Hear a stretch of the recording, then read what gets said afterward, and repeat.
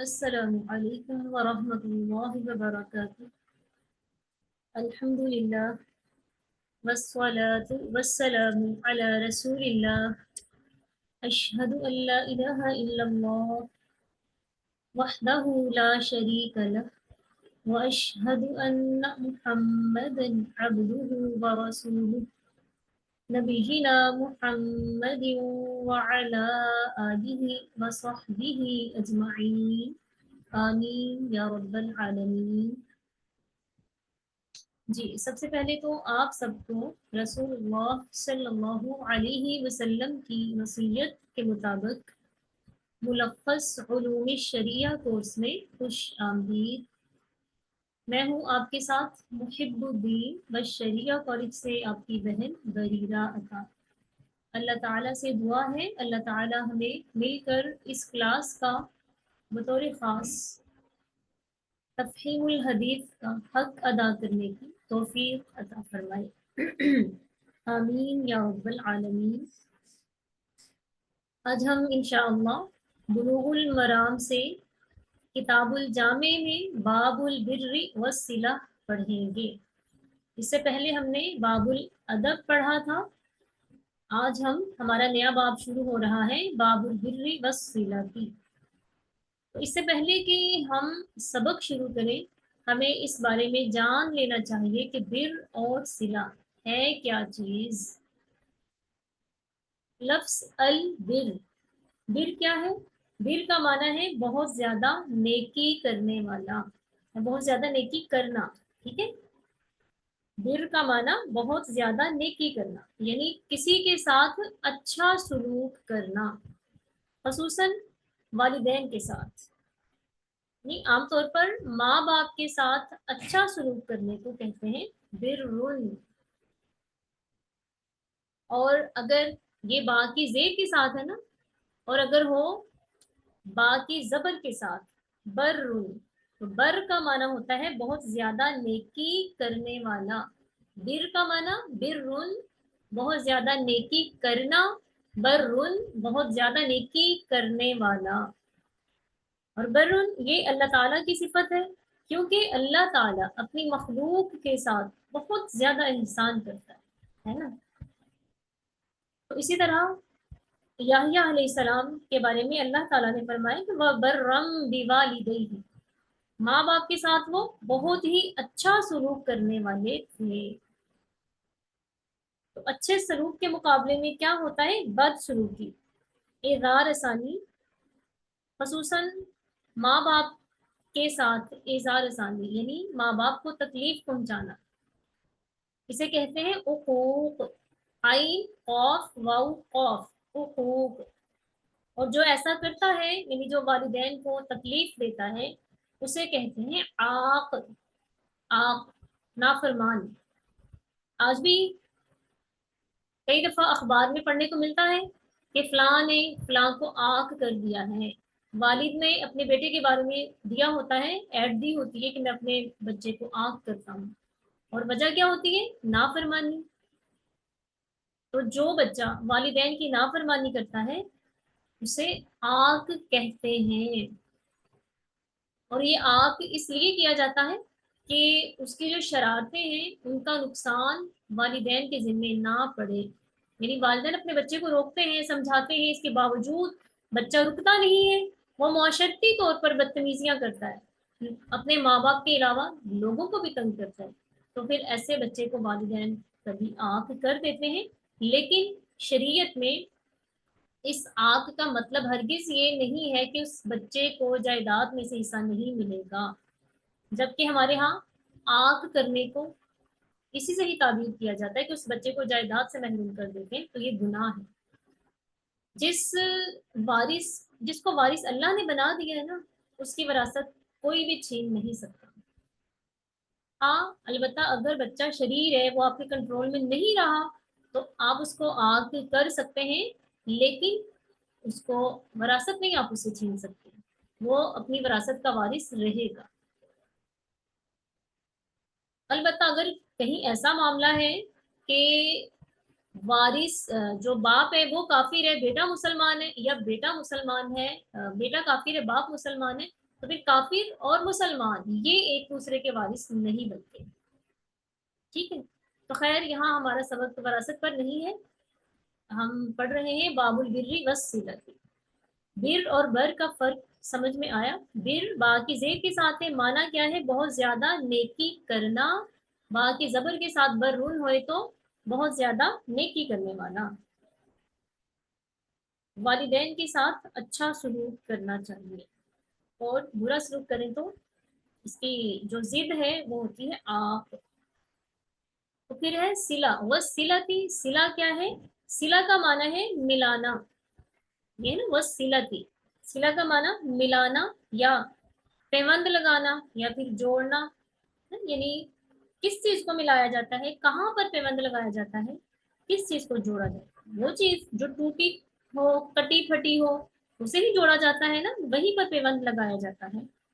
تو پھر یہاں صلہ سے مراد کیا ہے؟ اپنے رشتہ داروں کے ساتھ تعلقات درست رکھنا، ان پر خرچ کرنا، ان سے میل جول قائم رکھنا. قائم رکھنا کس طرح سے قائم رکھنا؟ ان کی بد سلوکی کے باوجود ان کے ساتھ اچھا سلوک کرنا، اسی کو صلہ رحمی کہتے ہیں. پھر صلہ رحمی کی ضد کیا ہے؟ قطع رحمی. تو آج کے سبق میں ہم ایسی ہی احادیث کو دیکھیں گے، والدین کے ساتھ کیسا سلوک ہونا چاہیے اور اسی طرح رشتہ داروں کے ساتھ کیسا سلوک ہونا چاہیے. تو آئیے ہم سبق کا آغاز کرتے ہیں.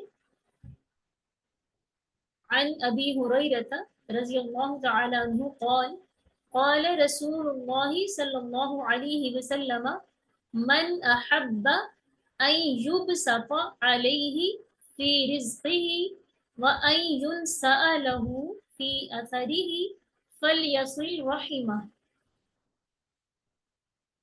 کیا معنی ہے؟ قال رسول اللہ صلی اللہ علیہ وسلم نے فرمایا، من احب جو شخص پسند کرتا ہے، ان کہ یوب صفا کشادہ کر دیا جائے، علیہ اس پر، فی رزق ہی اس کا رزق، وان اور یہ کہ ینسأ لہ دیر تک باقی رکھا جائے، فی اثر ہی اس کے نشان کو، اس کے اثر کو، فلیصل رحمہ تو اسے چاہیے کہ وہ صلہ رحمی کرے. کیا مفہوم ہے؟ کہ جو شخص یہ چاہتا ہے کہ اس کا رزق وافر مقدار میں ہو، اس کے رزق میں فراوانی پیدا ہو اور اس کی عمر لمبی ہو، تو اسے کیا چاہیے؟ اسے چاہیے کہ وہ صلہ رحمی کرے. یہاں جو لکھا ہوا ہے وَإِنْ لہو فی اثرہ کہ اس کے اثر میں دیر کی جائے، اس کے قدموں کے نشان میں دیر کی جائے، اس کے قدموں کے نشان دیر تک رہنے چاہیے. اس سے کیا مراد ہے؟ اثری، اثر کہتے ہیں قدموں کے نشان کو. تو اس کا مطلب یہ ہے کہ اس کی زندگی میں اضافہ ہو، اس کی عمر لمبی ہو، اس کی زندگی دیر تک باقی رہے. کیونکہ انسان کے قدموں کے نشان اسی وقت زمین پر لگتے ہیں نا جب تک وہ زندہ ہے. یا پھر اس کا مطلب یہ ہے کہ دنیا میں اس کی یادگار دیر تک باقی رہے، یعنی ایک لمبے عرصے تک لوگ اسے یاد کرتے ہیں. تو پھر اس کے لیے کیا شرط ہے؟ صلہ رحمی کرنا. جو شخص صلہ رحمی کرتا ہے تو اللہ تعالیٰ اس کے رزق میں بھی فراوانی دیتے ہیں اور اس کی عمر بھی لمبی ہوتی ہے. صلہ رحمی کے کیا فوائد ہو سکتے ہیں؟ سب سے پہلے تو یہ ہے کہ رشتہ داروں کے ساتھ حسن سلوک کرنے سے انسان کا رزق بڑھ جاتا ہے اور عمر بھی بڑھتی ہے. تو بعض لوگ اس حدیث پر نا ایک سوال اٹھاتے ہیں، وہ کہتے ہیں کہ جب تقدیر میں رزق مقرر کر دیا گیا ہے کہ اتنا ہی ملے گا جتنا لکھ دیا گیا ہے، اسی طرح عمر بھی طے ہو چکی ہے، جیسے اللہ تعالیٰ نے سورۃ الاعراف میں آیت نمبر 34 میں فرمایا ہے فَإِذَا جَاءَ أَجَلُهُمْ لَا يَسْتَأْخِرُونَ سَاعَةً وَلَا يَسْتَقْدِمُونَ کہ اللہ تعالیٰ تو فرما رہی ہے نا کہ جب ان کا مقرر وقت آ جاتا ہے تو ایک گھڑی نہ پیچھے ہوں گے نہ آگے. تو پھر کہتے ہیں کہ تو پھر رشتہ داروں کے ساتھ حسن سلوک سے رزق میں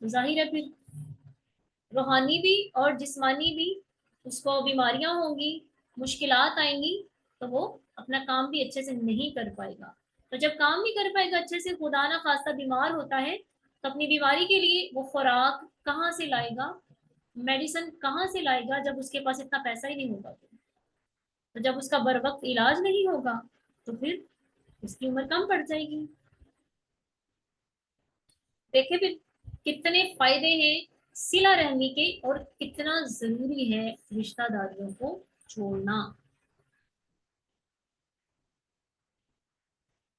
آپ نے دیکھا کہ جو گزشتہ اقوام تھی، امت محمدیہ سے پہلی قومیں، ان کی عمریں کتنی کتنی لمبی تھی، ہے نا؟ لیکن ان کی لمبی عمروں نے ان کو کوئی فائدہ دیا؟ گناہ گار لوگ تھے، لمبی عمروں کے باوجود بھی وہ جنت میں نہیں جائیں گے۔ لیکن امت محمدیہ، ان کی عمر تھوڑی ہے، پہلی امتوں سے کم ہے، لیکن اس کمی کو اللہ تعالیٰ نے لیلۃ القدر کے ثواب کے ساتھ پورا کر دیا۔ لیلۃ القدر خیر من الف شہر، یہ لیلۃ القدر کی عبادت 1000 سال کے مہینوں سے بھی افضل ہے نا؟ بندے کو حرص تو یہی رکھنا چاہیے نا کہ لمبی عمر اس لیے ہو کہ میں نیکیاں زیادہ سے زیادہ کر سکوں۔ تو پہلی امتوں کی عمریں لمبی تھی، لیکن اس امت کی عمر چھوٹی ہے، لیکن اس چھوٹی عمر کو اللہ تعالیٰ نے پورا کر دیا، ثواب کے اعتبار سے پورا ہی رکھا ہے۔ تو جو لمبی عمر پا لے لیکن اسے نیکی کی توفیق ہی نہ ملے، تو اس کی تو عمر ضائع ہو گئی نا۔ لیکن جس کو کم عمر ملی لیکن اس نے اچھے انداز میں اپنا وقت گزارا قرآن و حدیث کے مطابق، اس کی عمر تو اس کے کام آئے گی، اس کو فائدہ ہوگا۔ اور صلہ رحمی کا ایک فائدہ یہ بھی ہے کہ جب انسان رشتے داروں سے اچھا سلوک کرتا ہے، ان کا خیال رکھتا ہے، تو پھر اس کے مرنے کے بعد بھی لوگ اس کو یاد رکھتے ہیں، اس کے لیے دعائیں کرتے رہتے ہیں۔ تو آپ کو پتہ ہے مرنے والے کو دعا کی کتنی ضرورت ہوتی ہے؟ ایسے ہوتا ہے کہ جیسے انسان ڈوب رہا ہے نا، تو اپنے سامنے کھڑے انسان کو ہاتھ اٹھا اٹھا کے کہہ رہا مجھے بچا لو، مجھے بچا لو۔ مرنے والے کو نا اتنی دعاؤں کی ضرورت ہوتی ہے، لیکن ہم کیا کرتے ہیں؟ پھر اسی طرح اگر ہم اچھا کام کریں، علم کا کام کریں، علم پھیلائیں، ایسا کام کہ ایسا علم جو ہمارے بعد بھی لوگوں کو فائدہ دیتا رہے، ہمارے لیے وہ صدقہ جاریہ بن جائے، یا اس کی اولاد ہے تو اس کی ایسی نیک تربیت کرے کہ والدین کے مرنے کے بعد اولاد ان کے حق میں دعا کرے، ان کا اجر جاری رہتا ہے۔ یہی معنی ہے وَيُنْسَأَ لَهُ فِي أَثَرِهِ، تو اسے چاہیے کہ وہ صلہ رحمی کرے۔ تو اسی طرح صلہ رحمی کا ثواب آخرت میں تو بندے کو ملنا ہی ملنا ہے نا، لیکن اس کے فائدے دنیا میں بھی ہوتے ہیں۔ دنیا میں کیا فائدے ہوتے ہیں؟ دیکھیں، صدقہ کرنے سے، صدقہ کیوں کیا جاتا ہے؟